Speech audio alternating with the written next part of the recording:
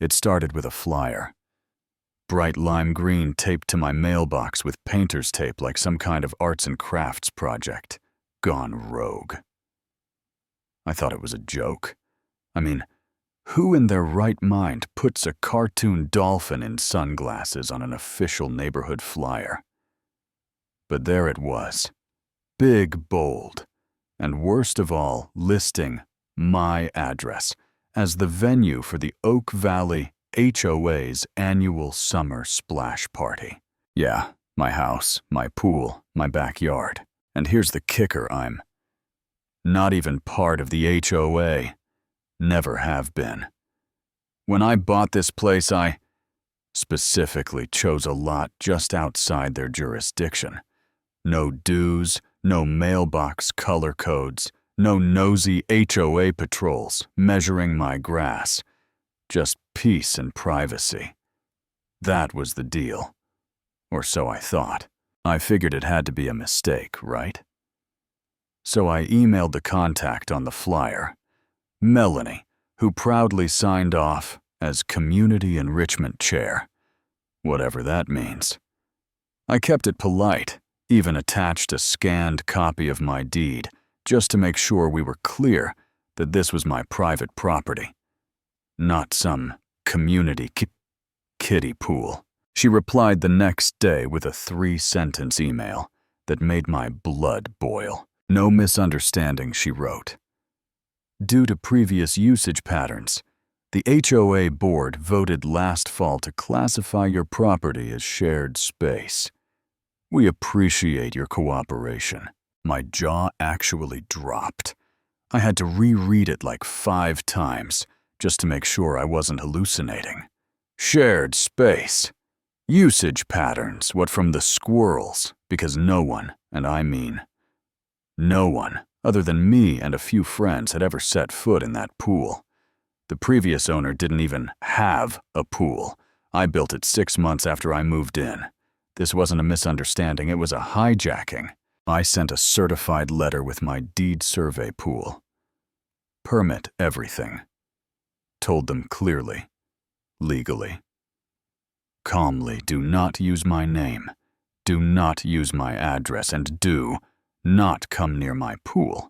3 days later, I drive past the neighborhood entrance and see a massive banner. Thanks to our generous neighbor at my address for hosting this year's event. I nearly drove into a mailbox. I showed up to the next HOA meeting, wasn't allowed to speak, of course. Since I'm not a member of it, I made my presence known. Afterward, I walked straight up to Melanie and the HOA president, Ron. He's one of those Bluetooth earpiece guys, the kind who wears it like it's surgically attached. You know the type. I told them calm but firm that they had no right to use my property, and if anyone tried to enter my yard, I'd treat it as trespassing. Ron just shrugged and said, technically, your backyard can be accessed via the Greenbelt Trail, which is public, so what, Ron? You're gonna climb my fence now? I laughed, but they weren't joking.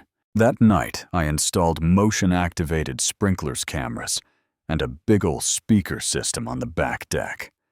Then I called Erin, my lawyer. She's a 5'2" bulldog in heels, and she does not mess around. Send them a cease and desist within 48 hours, citing trespassing, defamation, and misrepresentation. We even had copies of the flyer just in case. You'd think that would stop them. Nope. June 10th arrived, and with it an army of floaties folding chairs, moms in sun hats, and confused dads holding coolers. They followed HOA printed signs right up the Greenbelt Trail, straight to my locked gate, where they were met with high-pressure water jets and an audio loop of me reading the trespassing statute in my best monotone. You should have seen the looks on their faces. 10 minutes later, Melanie came stomping down the trail trying to wave at me from behind the fence phone in hand. I didn't pick up. I just turned up the speaker volume and cracked open a cold drink. She called the cops. Now I was ready for this. When the officers arrived, I handed them my deed. The lawyer's letter, the emails, and even a USB drive with everything documented. They took one look and said, "Ma'am, you need to leave. This is private property." The party disbanded right there. Soggy kids crying, angry parents muttering, fruit trays abandoned. It was glorious, but we weren't done. Aaron filed a civil suit the next week. Not just for the trespassing attempt, but also harassment and defamation. And here's where things got interesting. During discovery, we found out the HOA had used community funds to print the flyers and banners.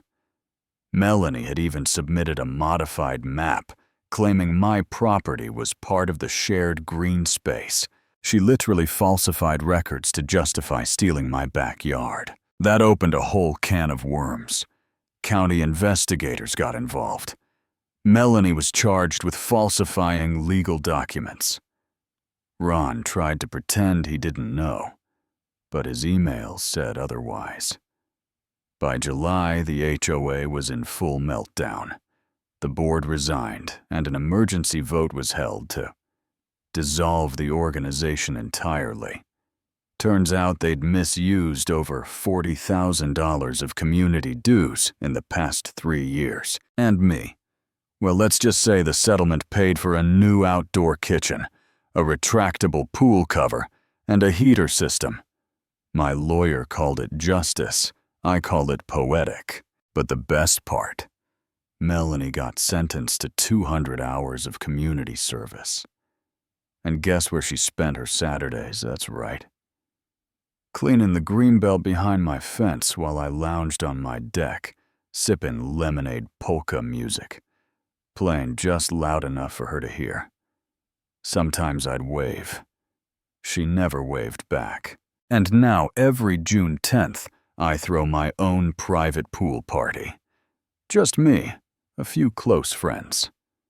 Some good barbecue and a banner that says, "Private pool, private property," with a cartoon dolphin flipping the bird.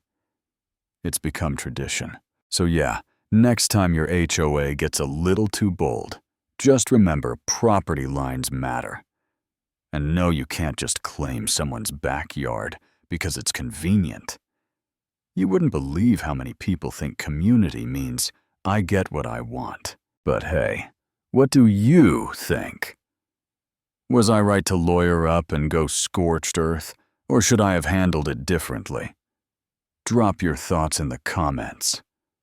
I know folks have opinions on HOAs.